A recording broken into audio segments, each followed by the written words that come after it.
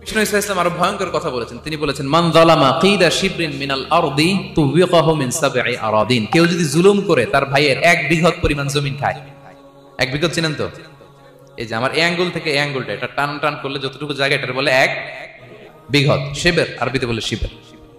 হ্যাঁ, মান যালামা কিদা শিবর। বিষ্ণু বলেন এই 1 শিবর, 1 বিঘত জমি যদি কেউ অন্যায়ভাবে জুলুম করে তার ভাইয়ের কাছ থেকে খায়, কিয়ামতের দিন তুবিকা আলাইহি সাবউ আরাদিন, এই 7 জমিনকে আল্লাহ তাআলা তার ঘাড়ে চাপাবে। খা এবার, খা।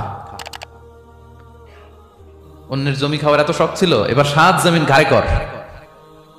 কিয়ামতের ময়দানে আপনার দেহটারে বিশাল আকৃতির করা হবে, এই 7 জমিনকে আপনার কাঁধে তুলে দেওয়া হবে। এজন্য আমরা অন্যের রাইটস, অধিকার যেন নষ্ট না করি, কারো উপর যেন জুলুম না করি, কোনোভাবেই না। আমরা নানাভাবে এই জুলুমটা করি। আমরা প্রায় দাদার সম্পত্তি থেকে ফুফুদেরকে বঞ্চিত করি, বাবার সম্পদ থেকে বোনদেরকে বঞ্চিত করি। হ্যাঁ, নিজের ভাই আরেক ভাইকে, আপন ভাই ভাইকে বঞ্চিত করে, জুলুম করে। এরকম দৃশ্যপট আমাদের সমাজে আছে না নাই বলেন তো? কিয়ামতের দিন আল্লাহর সুপ্রিম কোর্টের কাঠগড়ায় হিসেব দিতে হবে। আর এই জালিমিনদেরকে আল্লাহ তাআলা পছন্দ করেন না। এবং সবচেয়ে ভয়ঙ্কর ব্যাপার হচ্ছে, আপনি যখন কারোর উপর জুলুম করেন, ওই মাজলুম আর আল্লাহর মাঝখানে কোনো ফারাক থাকে না। আল্লাহ ওই ফারাকের পর্দা উঠায় নাই।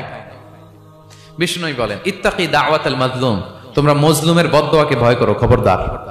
কারণ ফাইন্না লাইসা বাইনাহু ওয়া বাইনাল্লাহি হিজাব, তার আর আল্লাহর মাঝে কোনো পর্দা থাকে না।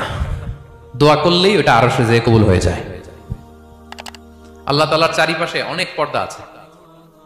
কেউ কেউ বলে 70,000 নূরের পর্দা। 70,000টা সহিহ হাদিস দ্বারা সাব্যস্ত না, কিন্তু অসংখ্য অগণিত পর্দা, এবং পর্দাও এটা নূরের পর্দা।